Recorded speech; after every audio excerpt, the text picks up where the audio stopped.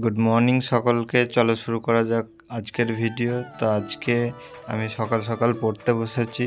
তো পড়তে বসে দেখছিলাম কোনটা পড়বো। তো ভাবলাম ইংলিশটা কমপ্লিট করে নিই। তো ইংলিশটা এখন আমি বের করলাম, ইংলিশটা এখন করব।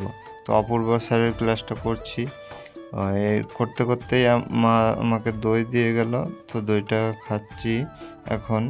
তো দইটা খাওয়ার পরে আরও বাকি ক্লাসটা করলাম। তো এখন মোটামুটি আমার 1 ঘন্টা মতো আজকে ইংলিশটা কমপ্লিট হয়ে গেছে। তো আগের দিন চ্যালেঞ্জ নিয়েছিলাম 10 ঘন্টা পড়ার, কিন্তু সেটা কমপ্লিট করতে পারিনি।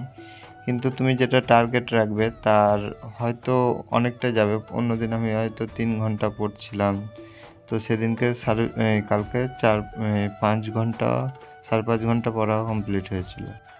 এখন আমি ভাতটা খেলাম সকালকার, তারপরে আবার পড়তে বসলাম। তো এখন আমি সিনোনিমগুলো করছিলাম। মোটামুটি আমি 20টা করছি, আগের দিন 15টা করেছিলাম। তো তারপরে আমি অঙ্কটা করলাম। অঙ্কটা আজকে কিছুটা করলাম, দিয়ে ভালো লাগছিল না। তার জন্য এই পরিমিতিগুলো যদি না বুঝতে পারা যায় তো ভালো লাগে না। যে কোনো অঙ্কই বুঝতে না পারলে সেটা করা যায় না। তো এখন আমি স্নান কমপ্লিট করলাম। তো আজকে মা দেখছি তো পোলাও বানিয়েছে, তো ভালোই হয়েছিল পোলাও আর আলুর দম। আর তারপরে আমি সন্ধ্যার দিকে, দুপুরে আর পড়তে বসিনি, সন্ধ্যার দিকে আবার অঙ্কটা নিয়ে বসেছিলাম, কারণ অঙ্কটা বুঝতে পারছিলাম না। তো 1 ঘন্টা অঙ্ক কমপ্লিট করার পরে আমি আবার ভূগোলটা নিয়ে বসেছি। তো ভূগোল যে ম্যামের করি আমি সেই ম্যামেরই করলাম।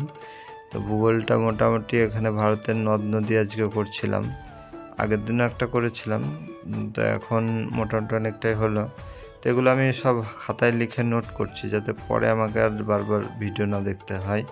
এখন 4 ঘন্টা পড়া হয়েছে। আমি রাত্রের খাবার খেলাম। তো খাওয়ার পর আজকে পড়তে বসেছিলাম ইতিহাস নিয়ে। তো ইতিহাসটা কিছুটা করলাম, কিন্তু আর ভালো লাগছে না। মোটামুটি 4 ঘন্টার পর পড়া হয়ে 4.5 ঘন্টা হয়ে গেছে। তো আজকের মতো এই পর্যন্ত। দেখা